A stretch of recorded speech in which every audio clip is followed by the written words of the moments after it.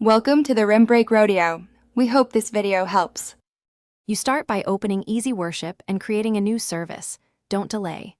Once done, add your first song, Bible reading, and announcement placeholders so the flow exists.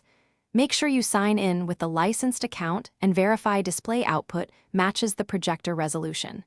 Connect the secondary monitor and test stage preview. This gets you past setup friction and positions you to import content quickly. Once confirmed, you're ready to import slides and media for the next steps. Now import your content into the library and tag it for quick recall. You'll drag songs, scripture, and videos into the service order and make sure lyrics and timings match the live pace so transitions are smooth. Use folders and tags to group recurring items like opening songs or announcements. Once items are placed, set transition types and rehearse with the stage view. Make use of hotkeys and the cue to call up the next item without interrupting the live feed.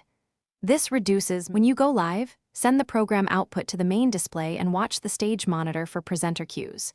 You'll use live controls, blackout, overlays, lower thirds, and trigger cued items with hotkeys. Make sure audio is routed correctly and video is pre-cached to avoid stutter. If timing is off, adjust slide durations and transitions on the fly.